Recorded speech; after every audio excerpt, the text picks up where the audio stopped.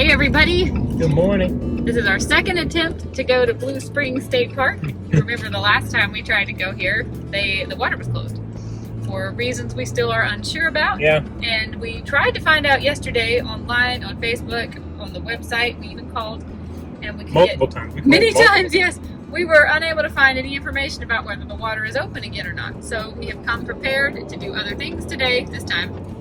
We got a backup plan. Crossing our fingers we can get into Blue Springs State Park today though. So let's go. Let's go. Like I said, this was our second attempt to go to Blue Springs State Park. A couple of weeks ago, we tried this trip and were told right here at the entrance that all the water activities were closed.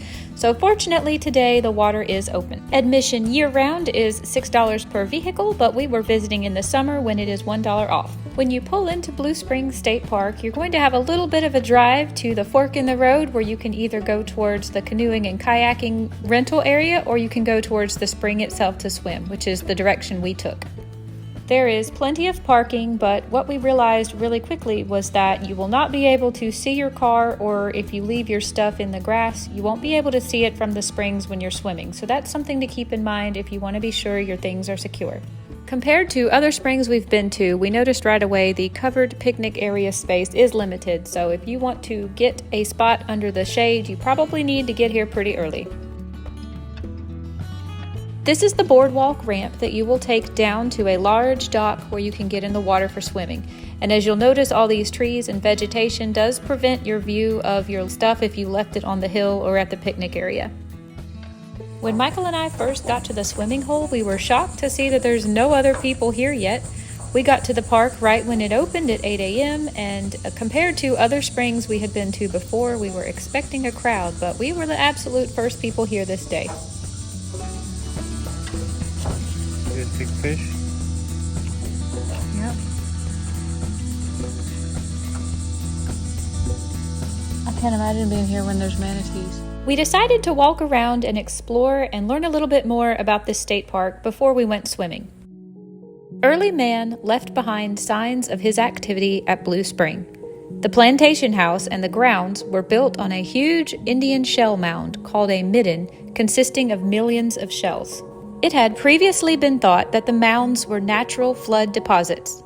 Jeffries Wyman, an archaeologist from Harvard, thought differently. His work, performed here in the 1880s, showed that the mounds were built by humans 3,000 to 4,000 years ago. The largest mound, on which the Thurby House stands today, extended along the south bank of the spring run down to and around the north bank of the run, suggesting to Wyman that the two may have been one, but they were later separated by the spring's outflow. The material unearthed were clay effigies, shell tools, pottery, projectile points, and bone fragments, both from animals and humans. Wyman writes that the human bones were punctured in similar ways to the bones of deer, possum, turtle, and alligator that he found. He attributed these perforations to the practice of cannibalism by the native residents of the area. The first written account of the natural scenery at Blue Springs was recorded by John Bartram, a famous American botanist recognized for his work in colonial Pennsylvania. Bartram was appointed the naturalist for Florida by the British Crown. In 1765, he set out to find the source of the St. Johns River. While exploring the upper reaches of this majestic stream, Bartram and his sons came across Blue Spring. After several years of struggles, skirmishes, and standoffs, the Second Seminole Indian War ended in 1842, and the Native American Indians were driven to Oklahoma or forced into the Everglades. The interior of Florida was now uncontestedly open to the white man. The early pioneers advanced up the St. Johns River, settling near old war forts and on the fertile lands around Spring Garden and Blue Spring. Lewis Thursby arrived here in 1856. Lewis and his family were the first white settlers to make a permanent home at Blue Spring. During the early years, the steamboat was their only link to the outside world. The boats brought mail and supplies for the few families scattered in this area. The hardship of the American Civil War reached the St. Johns area. While not a major battleground, the river was invaded by Union gunboats because it was an important supply line for Confederate troops. Steamboats were seized, cutting off the delivery of mail and outside goods. The greatest disruption was the breakup of families. Lewis Thursby, like many other settlers, was captured and imprisoned for being a Southern sympathizer. The end of the Civil War in 1865 signaled a return of everyday life on the river. Families were reunited and steamship service was resumed. The ensuing growth of the St. Johns region could be seen by the changes at Blue Spring. By the early 1870s, the Thursbys had a steamboat landing, a fine grove of citrus trees, and a large house overlooking the river.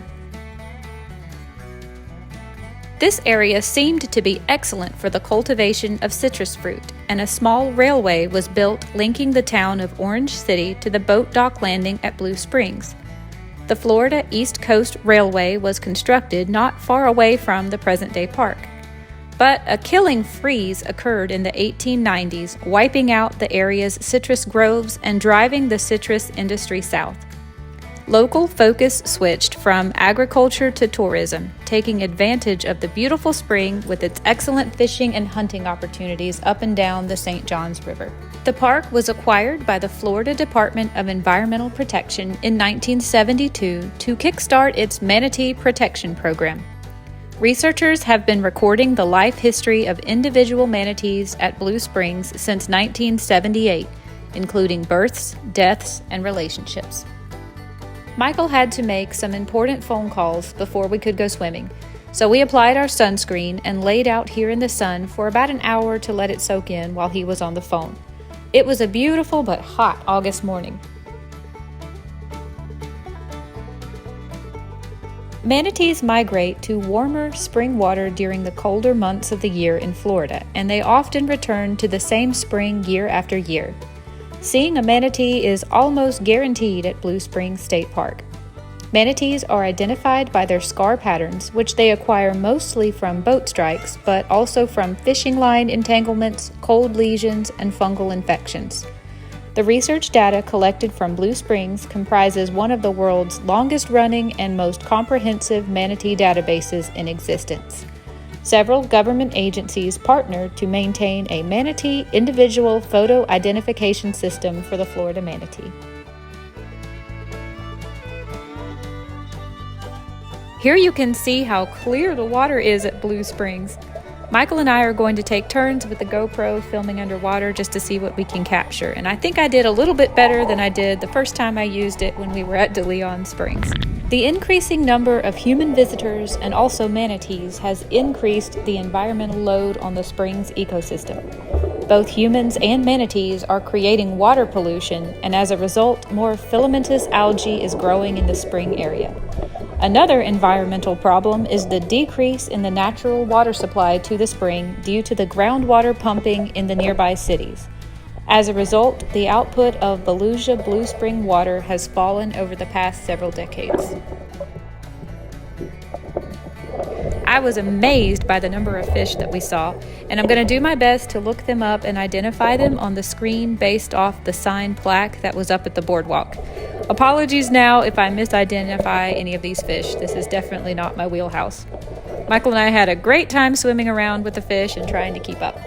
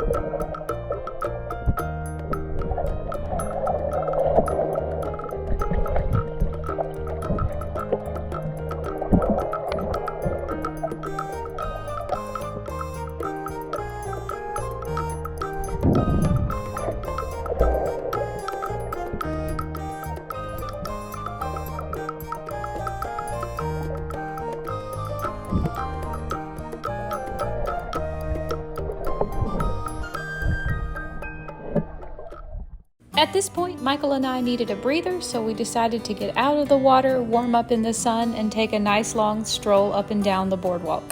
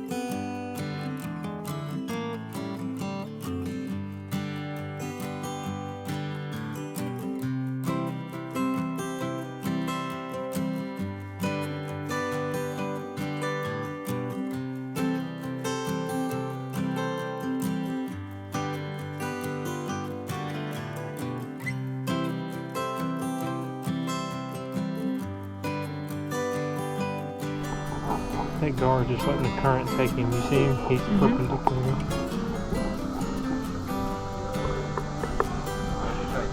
Beautiful.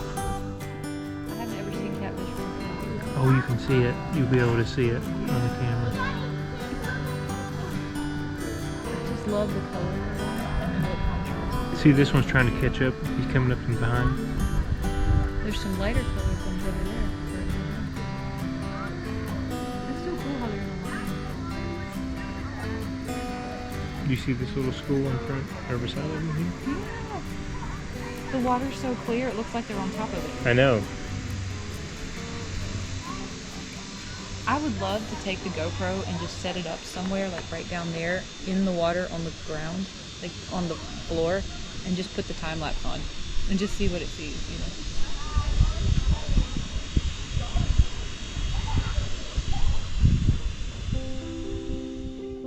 Blue Springs State Park covers more than 2,600 acres and includes the largest spring on the St. Johns River.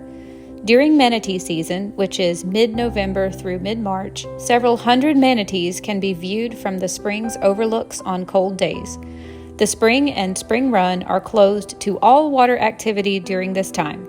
Swimming and diving with manatees is not permitted. This rule is strictly enforced, and there are signs everywhere to stay at least a minimum of 20 feet away from any manatee in the water. Conservation measures have produced astounding results. In 1970, 2 years before Blue Spring State Park was established, researchers tracked only 14 manatees in the spring run. By 2005, after years of park improvements and manatee protection efforts, wintering manatee numbers exceeded 200. By 2023, that number has skyrocketed to a record 729 manatees.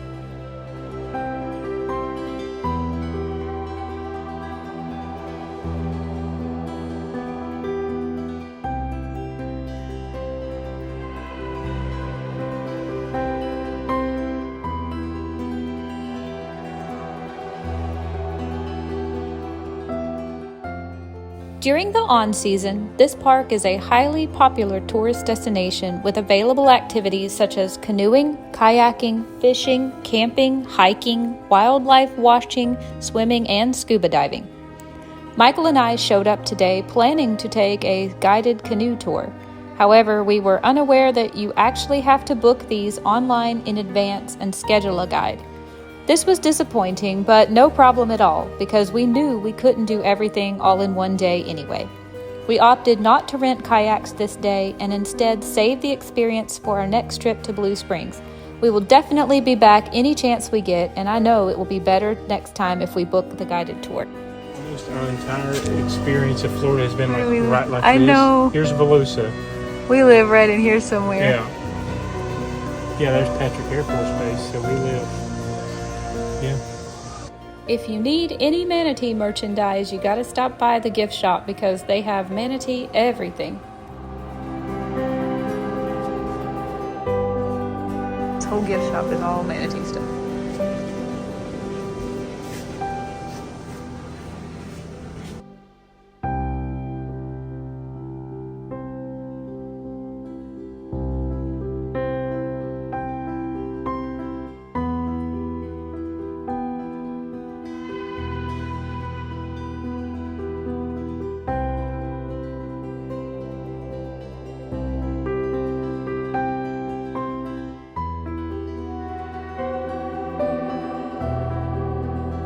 Pieces. Wow! Do you want to make it? And there's even a little canteen and snack bar on site. There were people in here, so I tried not to film too much, but this gives you kind of a sneak peek what it's like.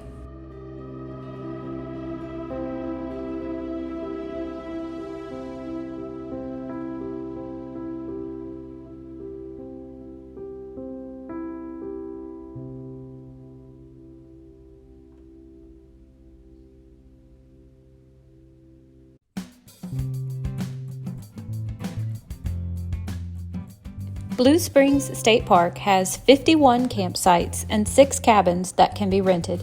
The camping area is also pet-friendly. The spring runs a few miles long and features a boardwalk that stretches 1/3 of a mile from the St. Johns River to the head spring. Multiple pavilions are available for groups and scattered picnic tables are around the park, although not so many are located near the swimming area, as I noted earlier. The park also features volleyball courts and a playground. There is also a 4.5-mile Pine Island Trail if you're in the mood for a hike.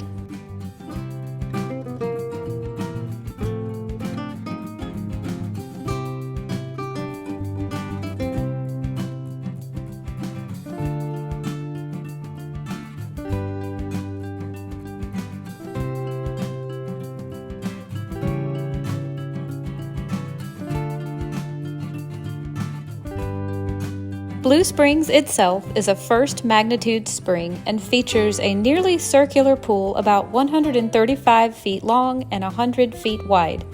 Steep banks around 10 to 20 feet high surround 3 sides of the pool, and the water runs south of the spring head into the spring run, which is where Michael and I spent our time swimming today. About 102 million gallons of water flows out of Blue Springs into the St. Johns River every day, and the water is maintained at 73 degrees year-round. The pool bottom is mostly limestone and sand. The spring vent is an elongated opening in the limestone about 15 feet from the north edge of the pool. From the limestone ledge, the vent slopes precipitously to about 40 feet in depth. A limited underwater cave system has been mapped out. From the pool, the spring run flows 2/10 of a mile to the south, then another 2/10 of the mile towards the St. Johns River. The run varies from 70 to 100 feet in width and is bounded by steep wooded slopes except for the southeast bank, where the terrain flattens considerably. Various wildlife besides manatees may be seen, including alligators, bears, raccoons, and various species of birds. That was a full morning and afternoon. It is almost 2:30. We're just now getting out of the park and back onto the highway. Thoughts? Oh, by the way, we barely missed the water being closed again. We asked the park ranger when we were entering, and he said 5 minutes before we entered, there was a no swimming because they had found or saw they had an just alligator. reopened swimming 5 minutes prior.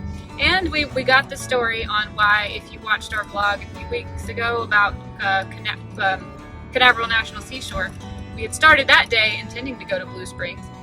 When we pulled up here, it said the water and all water sports were closed, and we asked why, and we're just told public safety reasons.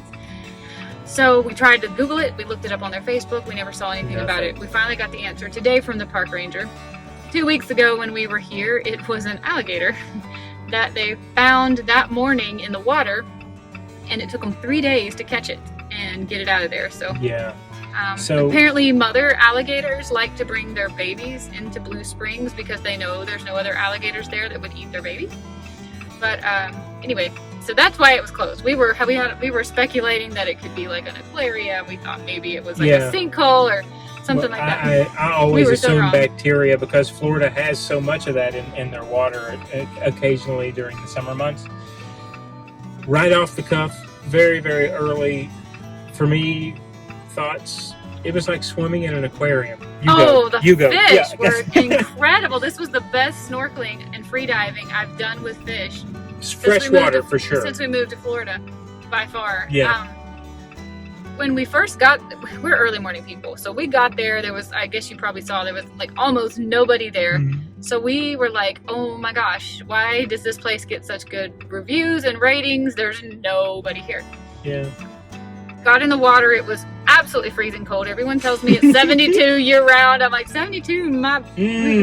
There's no way this is 72. It was so cold, I almost thought I wasn't going to be able to get in, but I pushed myself and forced myself, and I got in, and it was immediate. As soon as I put my mask under the water, there was, there weren't many people there scaring anything off. No. Millions of fish. We took a picture of the sign because I don't remember the names of all of them. There's 2 different kinds of gar. There's sunfish, tilapia. I think we saw almost several kinds of catfish. We saw literally, I think almost every single fish on the sign. And what else did you see? We saw small fish, we saw big fish, we saw schools of fish, and we saw manatees. We saw there were 3 manatees that came through, but we only saw 2 of them. And it was like a shark warning, wasn't it, babe, from the bank? The park ranger was like, manatee, everybody out. So we were swimming, everybody in the water at this point was swimming towards where the stairs are to get out. And she said, well, you don't have to get out, you just have to get way away from the manatees. So after we were already there at the steps. We're fumbling around because I already had my mask and snorkel off because I was out. I've got a GoPro in one hand, snorkel in one hand. Fumbling around, trying to get the GoPro together because we wanted to film it. The first manatee had a tracking device on it that stuck above the water, and we didn't get to catch that on video. We were so bummed. But then, like 2 seconds later, as we were trying to re-enter the freezing cold water, here comes 2 more going get it. So amazing. I grabbed the GoPro. I haven't looked at the footage yet. I'm hoping. She got it. I looked. I'm hoping I got him. But I didn't want to look at the camera. I wanted to look at the manatees. Yeah. They were booking it. Like, they were trying to get away from the swimmers and get on out back into the more open water. So they do a really excellent job. We saw some researchers from the Manatee Research Center in Clearwater and the park rangers on kayaks, casually but frequently coming through, just reminding people if you do see one, 20 feet apparently is the rule here at this springs. Although we did see from the dock you're not supposed to be in the water when manatees are present, so we're not real sure. But anyway, everybody was very nice. It was gorgeous, gorgeous water. It's the best fresh water I have personally ever been in as far as clarity. Yeah. There are buoys to mark where you stop swimming, but I was underwater playing around chasing a school of catfish or yeah. something. Did not realize I was literally right at the buoys because they were so far above me I didn't see them. And I noticed the gar were getting bigger, really fast the gar were getting bigger, and then all of a sudden I realized I was lying horizontal in the water next to gar that were longer than I am. I'm 5'7". These gar were longer than me. The big They were fish just know. standing there with their evil eyes and their mouths kind of, you know, to catch whatever comes down the stream into their mouth. And I mean, I panicked. And she told me, yeah, she's like, I don't go that way. thought that was an alligator. Yeah. Oh my gosh, it was beautiful. I cannot believe when we got there, we thought it was going to be a disappointment because this For is $5. $5. It should normally be $6, but it is in the summertime right now. And there's $1 off all state parks in Florida. Restrooms, The restrooms were nice. Yep. They were well stocked, clean, dry. same for us. Yeah. There They had a was shower there, there was which not was a different. water bottle refill station, but there were water fountains. And they worked. I did refill my we were bottle able once. to fill up at the It was fountain. not cold, but it was cool, and I could tell it was fresh. It wasn't just, you know. There was a canteen with, I took a video of the snacks. You probably saw plenty of options for people like us. They had hot dogs, hamburgers. A really, really nice gift shop with all kinds, mostly manatee things. Never seen some of those things before. Yeah, like little crystal manatees, rock manatees, postcards, magnets, t-shirts, you know, all that kind of thing. And then there's another area you can drive to or walk to where you can rent kayaks, paddle boards, or boat tours. We came here intending to book a guided kayak tour, which they will, you know, teach you as you go through, like about the area and point out animals to you and stuff. Did not realize until we got here that actually had to be booked online. That was the only bummer. So we decided not to rent a kayak and do it on our own. We are already sure we're coming back here 100%. as soon as we possibly can. So we will do that next time. Definitely. Probably do the boat tour too. But yeah, I can't speak highly enough of this place. I understand now why it gets all of the great ratings that it gets. Same. Any more thoughts? The swimming area was much larger than Did you get to see the manatee from under the water? I could You were already see. out, weren't you? So I was standing. I wasn't completely out of the water, and I could see the water was clear enough for me to see over the shape, their tails. But at the time, I didn't know there were two. I thought it was just one big one. But then when I reviewed Julie's footage, I saw that there were a pair. Oh, good. See, Yeah. I'm sure that clip is very short because I didn't even know where the camera was pointing. But Julie and I love fish, so to just we could just have sat on the bank and watched the fish. I mean, Oh, that all one day puffer long, fish like- was huge. Yeah, we have on camera the biggest fish that we both saw in the swimming area. I did catch that on camera. It was bigger than my sun hat. Seriously. It was huge. Julie was trying to get the fog out of her mask above water, and I'm like, Julie, get your mask on, hurry. There's something. I mean, and Julie swims right for it. You see Yeah. that she swims right for Couldn't help myself. Outside of the swimming But- area, the fish are even way bigger. It Yeah. seems like And they weren't bothered by you at crystal all, clear. were they? And there's so many nice boardwalks here to walk up and down the river, All and the paved. water's so clear you can. It's as good as being in it with the fish. I'm telling you, the fish look like they're on top of the water. That's how clear it was. Yeah, you made that comment. You're Yeah, right. it is. Glass clear. Picnic tables, covered picnic tables too. So I feel like the developed part for the people who visit maybe isn't quite as nice and fully fleshed out as De Leon Springs was last week. However, yeah, okay. I appreciated the fact that it was so much more natural. The boardwalks going through I took so much footage of natural sawgrass, undeveloped Florida, that I actually like this better. There was no pancake house, there was no sugar mill ruins, or those kinds of things that kind of enhanced the day, but I don't care. De Leon seemed like a large swimming pool. It was walled up, Yeah. concrete all the way around. They dammed that one, can that's even where the jump spring in head some was. places. Right. They put a bridge, like Jules said, a really, I don't say nice restaurant, but I mean apparently a very popular restaurant. We didn't eat there. It's just a different I agree experience. with you. If you said, take me to a traditional Florida Springs, this is where someone would go to get the full experience.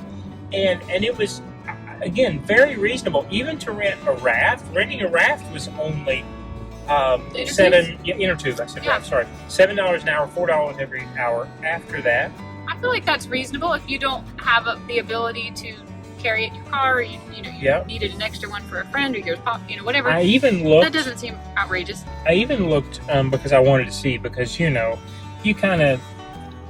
get into a tourist area and you see things that are overpriced. We went into the gift shop and I thought, well, of course, seeing fish has to be the number one thing to do here at this springs outside of Manatee, but to see the life under the water. So they're selling goggles. Even those masks and goggles did not get priced over $12. And I'm thinking, wow, if we were in a beach town, this would at least be $20 at a Walmart. You know what I mean? So yeah, I agree with you. I think everything was very reasonably priced, and they had so much you could do. Tell them about the litter part. That I've never seen this at a park I took before. a quick video of it, but I wanted to come back and explain more later. They have buckets and those little pincer grabber things you can hold so you don't have to bend over. If you just want to go on a little exploration and pick up litter and trash. And I didn't see much litter. I saw actually no litter and trash. No, I didn't either. In the springs, I saw several pieces of trash, and they were all related to Band-Aids and wound care supplies. I did see that. I did see a bunch of ABD pads that were bloody and had some Band-Aids on them. But anyway, that's just the nature of being in a public place with people. But as far as the bank, there was nothing. There was no trash whatsoever. And I think that's awesome. You can just go grab your bucket, grab your pincers. If you're going to walk the trail anyway, why not do it? Yeah. Again, I've never seen that. I thought that was really, really cool. I thought that was a way for parents to get kids involved early into things like that. I will also say, whether good or bad, I'm just kind of thinking about things. Alcohol was prohibited there. Of course, that doesn't matter to Julie and I. It may not matter to you, but that's just something to note, because we did see the car in front of us when the park ranger was checking them in, that he pointed outside of his window to that sign. So I don't know if they had beverages or if they were asking or what have you, but that's what made me take notice of it. Our stuff, that's another thing I guess to take note of, is at De Leon, we did have the ability always to be in view of our personal belongings. Yeah, not here it's completely blind, so you have all of this flat area for you to come and sun or whatever you're going to do, picnic. But when you actually go to the dock to get into the water, you're walking behind a line of trees that separates you, so you cannot see anything. But again, everything was fine. We inadvertently left the GoPro and our snorkel stuff. We didn't even throw a towel over it. We were distracted talking, and each thought the other person had it, and they didn't. We left our Cressy snorkels and the GoPro just laying there on our beach towel with our stuff. And one time we actually drove over to the other dock to check on the kayak rentals. And the other time we took the boardwalk to see the spring head. And both times we forgot our stuff, our valuables. And both times we got back, of course. And both times were over 20 minutes. I know, and people visibly saw us leave. So it's just, I tend to assume the worst and think that anything of mine is going to get stolen if I don't lock it up. And Florida always proves that most people, seems like most people we come in contact with, they've been are great not in that malicious way like that. since we moved down, for real. And maybe we're just in the right areas, and I think we're just jaded from having lived in a big city where you can't get away with. It's different. It was different in Charlotte, for sure. It was. But I can't say enough nice things about this place. I cannot wait to come back. If I could come back here every single day, I would. We've rambled for 15 minutes. To the point, I was asking Michael, I wonder if I could get a job here. I want to work here. Like, how far is this drive? And I'm looking at it's 90 miles, by the way. I've 90 miles one way. So we'd have to move. But, that would be a. Boy, I would absolutely love to work here. I would love to be a park ranger in that kayak going up and down the river. Oh, I know you would. That would be your jam. You would have to put Abra on the front of it or something. I don't know how you would.